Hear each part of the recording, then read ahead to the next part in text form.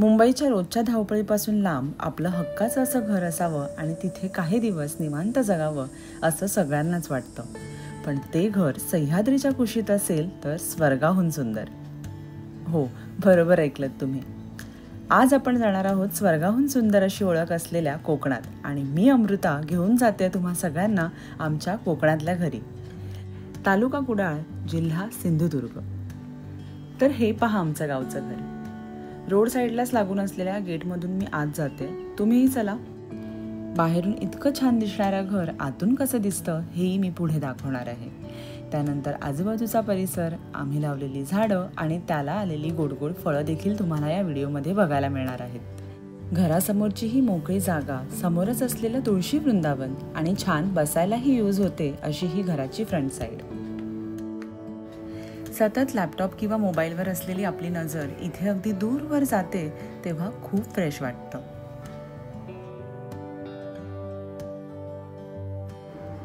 हे घर म्हणजे माझ्या बाबांचं स्वप्न आणि म्हणूनच मी या घराला स्वप्नपूर्ती असं नाव दिलंय. अगदी घराला साजेसं. घरात एंटर केल्या हा हॉल लागतो आणि या हॉलमधलं हे फर्निचर पण आम्ही कोकणातच खरेदी केलंय. आम्ही मुंबईलाच असतो त्यामुळे या घरात लिमिटेडच सामान ठेवलं आम्ही. हा ट्रेडिशनल लॅम्प आता फार कमी बघायला मिळतो. आईला असं युनिक काहीतरी जमा करायला खूप आवडतं. आमचं हे घर 1 हॉल, 2 बेडरूम, 2 वॉशरूम आणि किचन असं बांधलंय आणि टेरेस देखील आहे. हा मास्टर बेडरूम आहे ज्याची विंडो फ्रंट साईडला आहे आणि त्यालाच अटॅच्ड हे वॉशरूम आहे.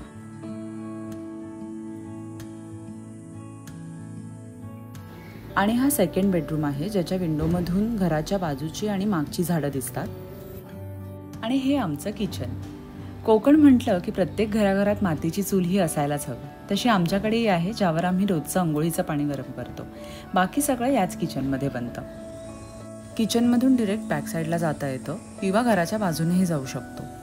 बाबांना काही ना काही काम काढत असतात त्यामुळे इथे थोडा पसारा आहे. घराच्या चारही बाजूने अशी छान छान झाडं लावली आहेत आणि हे आमचं लाडकं चिकूचं झाड आहे आणि याचे चिकू खूप खूप जास्त गोड आहेत. एखादा चिकू काढून बघूयात.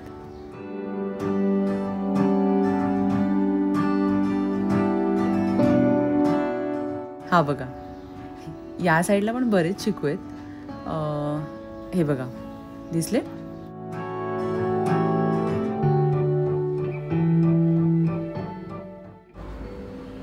या बाजूलाही काही छोटी मोठी झाडं झुडपं आहेत. इथे अळू आलंय.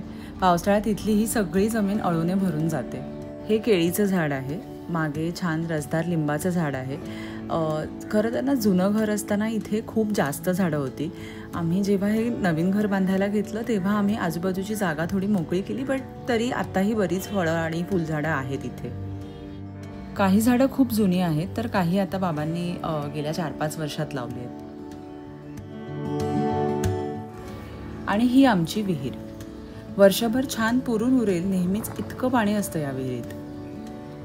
इथे ना कितीही ऊन असलं तरी आजूबाजूला बरीचशी मोकळी जागा असल्याने सतत असा छान थंडगार वारा असतो इथे. इथे काही झाडं रिसेंटली लावली आहेत. बाबांचं या झाडांवरचं प्रेम पाहून ना फ्युचरमध्ये आम्हाला या झाडांचीही छान छान गोड फळं खायला मिळणार आहे हे मात्र नक्की. हे काजूचं झाड आहे आणि एव्हरी इयर बरेचसे काजू आम्हाला या बागेत असलेल्या या 5-6 काजूच्या झाडांकडून मिळतात. झाडावरून काढलेल्या या हिरव्या काजूची भाजी म्हणजे ते डिरेक्ट कट करून त्यातले गर काढून त्याची जी भाजी करतात ना ती मला खूप आवडते. तुम्ही कधी ही भाजी खाल्ली नसेल तर नक्की ट्राय करा.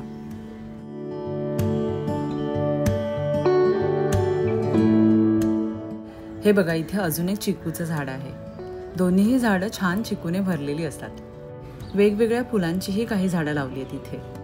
तुम्हाला एक इंटरेस्टिंग गोष्ट सांगू. आमच्या ना या बागेतून हा शेतीचा पाट जातो. हे पाटाचं पाणी खूप स्वच्छ असतं आणि पावसाळ्यात जेव्हा इथून सतत पाणी वाहत असतं ना तेव्हा ते बघायलाही खूप छान वाटतं. अगदी असं खाली क्लिअर दिसेल असं पाणी असतं इथलं. आता आपण लगेचच टेरेसवर राऊंड मारून येऊ.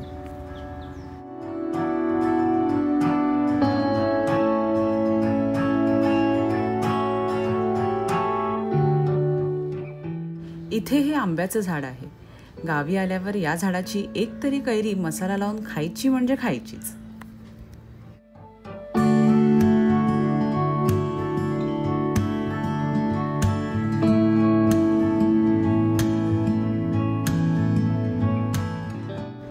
आणि हे घरासमोरचं नारळाचं झाड, चांगले असे मोठे नारळ धरतात याला.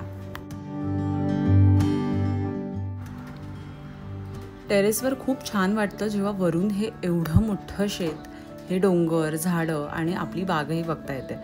इथून हे वरवर असलेले चिकू अगदी जवळ वाटत आहेत. आमची ही स्वतंत्र विहीर पाहून मला प्रत्येक वेळी खूप छान वाटतं. इथे बाहेरच्या साईडला आम्ही संध्याकाळी मस्त गप्पा मारत फिरतो. इथल्या मोकळ्या हवेत एकदम फ्रेश वाटतं. माझा जन्म मुंबईचा, पण कायम मुंबईत राहूनही मला आजही गावच्या या सगळ्याचं खरंच खूप कौतुक वाटतं. आणि मी नेहमी अभिमानाने सांगते, मी कोकणातली आहे.